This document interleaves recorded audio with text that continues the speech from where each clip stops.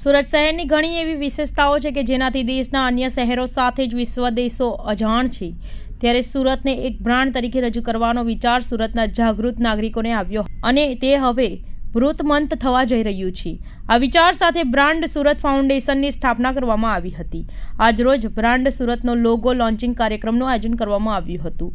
ત્યારબાદ સાંસદ CR પાટીલના હસ્તે લોગોનું અનાવરણ કરવામાં આવ્યું હતું। આ પ્રસંગે સાંસદ CR પાટીલ દ્વારા એક નવી પહેલની સરાહના કરવામાં આવી હતી અને સરકાર દ્વારા સંસ્થાને તમામ પ્રકારની મદદનું આશ્વાસન આપવામાં આવ્યું હતું। સાંસદ CR પાટીલે જણાવ્યું હતું કે સુરત આજે ઘણા ક્ષેત્રોમાં વિશ્વ માટે રોલ મોડેલ બનવા જઈ રહ્યું છે। દુનિયાની સૌથી મોટી ઓફિસ બિલ્ડિંગ સુરતમાં છે। સુરત મહાનગરપાલિકા દ્વારા 29 માળના ટ્વિન ટાવર્સનું નિર્માણ કરવામાં આવી રહ્યું છે। દુનિયાની પહેલી મહાનગરપાલિકા હશે કે જેની ઓફિસ બિલ્ડિંગ આટલી મોટી હશે।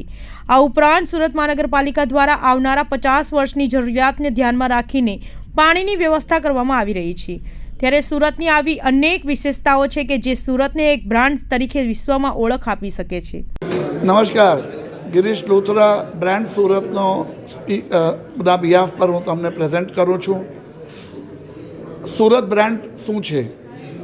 અમે લોકો સુરતમાં સુરતીઓ કામ કરવાના ટેવાયા, પણ પોતાના ઢોલ વગાડતા અમને આવડે નહીં અને એટલા માટે અમને ઓછા લોકો ઓળખે અને વર્લ્ડમાં અમારા કામો ઓછા ઓળખાય। તો હવે આપણા PM સાહેબે આપણને શીખવાડ્યું કે જેટલું કામ કરો એટલું લોકોને બતાવો, પણ તાકી એનાથી આપણું કામ વધારે સારું થાય અને લોકોની મદદ પણ વધારે મળે।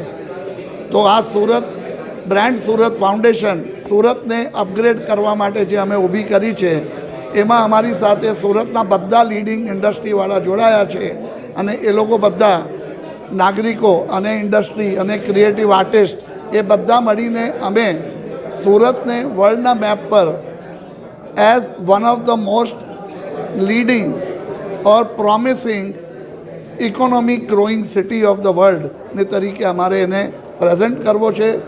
હેપીનેસ ઇન્ડેક્સમાં આપણે સુરતી કહેવાઈએ સુરતી લાલા, પણ સુરતી લાલા એટલે હસતા રમતા પણ છતાં સારો ધંધો કરતા, એ આપણી તાકાત છે।